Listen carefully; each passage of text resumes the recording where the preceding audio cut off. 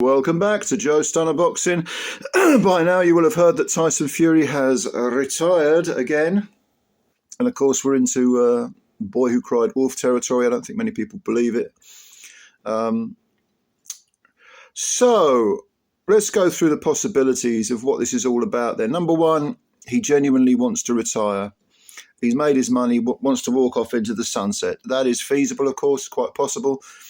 Not many people believe it. I would find it unlikely, but okay, it is a possibility. Number two,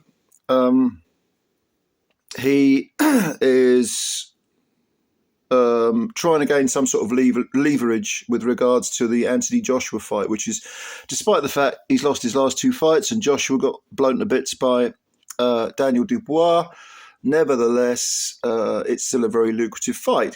And he wants the lion's share because we know about Fury and his, you really got to pay the man to get out of bed, don't you? I mean, look at the great rigmarole we had with the Usyk fight, both of them. But that's a possibility, no, I'm retiring, and if I retire, you won't make anything, and I don't care. Now, number three is he's thrown his toys out the pram regarding the two Usyk defeats, and they were defeats, so conclusive defeats, competitive fights, but Usyk won them both fair and square. He's still clinging to the idea that he won, not one, but both those fights. He didn't. But the comment he made during his retirement, little 17-second retirement video was, Dick Turpin wore a mask. I was a bit slow on the uptake with this. When I heard that, I thought, what does that mean? But of course, it's probably a reference to, number one, it's possible that he feels he's been ripped off in negotiations with the Anthony Joshua fight. Number two, he feels that he got robbed against Usyk, which he didn't. But for someone of his, gargantuan ego, very often people like that who have that sort of narcissistic, highly egotistical psychology, they cannot accept something that happens if it's detrimental to how they perceive themselves or how they want to be perceived by others. And there's no doubt that Fury does want to be perceived well by others. He says he doesn't, but he does.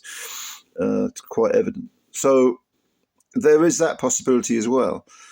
What I think is going to be curious to see what happens is his relationship with TURKI ALALSHIKH. Because TURKI ALALSHIKH, you remember before the second Usyk fight, was very much in Tyson Fury's corner. He was, saying he's going to beat you this time. We're going to cook the rabbit and all this sort of stuff. And people were saying, does that mean the fix is in? Should Turkey be saying these things? Isn't he meant to be impartial? I quite like the fact that he was transparent. And after the fight, when they asked him, what do you think of the result? He said, yeah, I thought it was, the cards were fair. I mean, I'm paraphrasing, but he said, yeah, I thought the right man won. Now, if you are a very narcissistic individual like Tyson Fury, you're not going to be happy with that. Because as we know, with Fury and his little crew, and certainly with his, rather idiotic fanboys, they don't like any kind of criticism or anything that is detrimental to the great godhead that is, Tyson Fury. He wants everyone to be sycophantic all the time. And if you're not, if you say, well, actually, I don't agree with that, you can do it in the most respectful of ways. He's going to jump all over you, and you're going to be ostracized from the Fury clan. It's like Scientology or something. Fucking, David Koresh's lot or something, or the Jim Jones lot.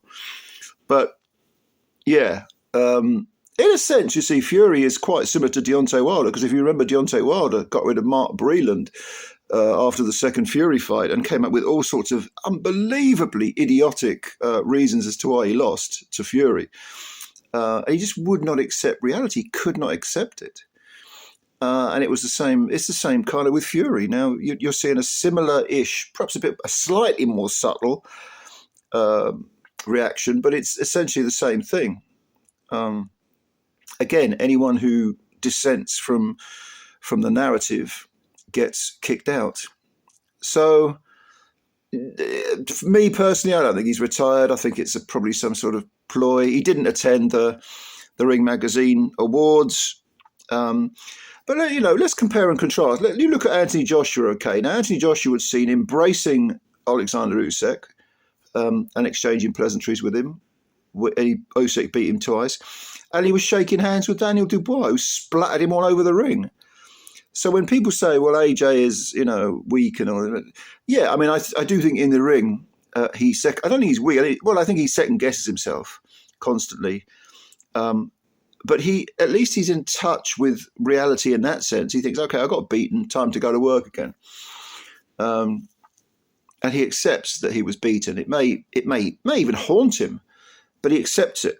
And when you accept something, that's a very good foundation to work from. With Fury, he doesn't seem to accept anything, even if it's staring him in the face, you know. But we'll see what happens. I'm sure he'll be back. I don't think he's retired. I think he needs boxing, certainly more than boxing needs him. And then, of course, there's his mental condition, you know, up and down 1 minute, you know, and so on and so forth. Yeah, I wouldn't read too much into this retirement. I think it's a load of old fanny, really, but we'll see. Anyway, what do you think? Comments below as usual. Please subscribe to the channel and hit the like button if you could. That would be a big help to the channel.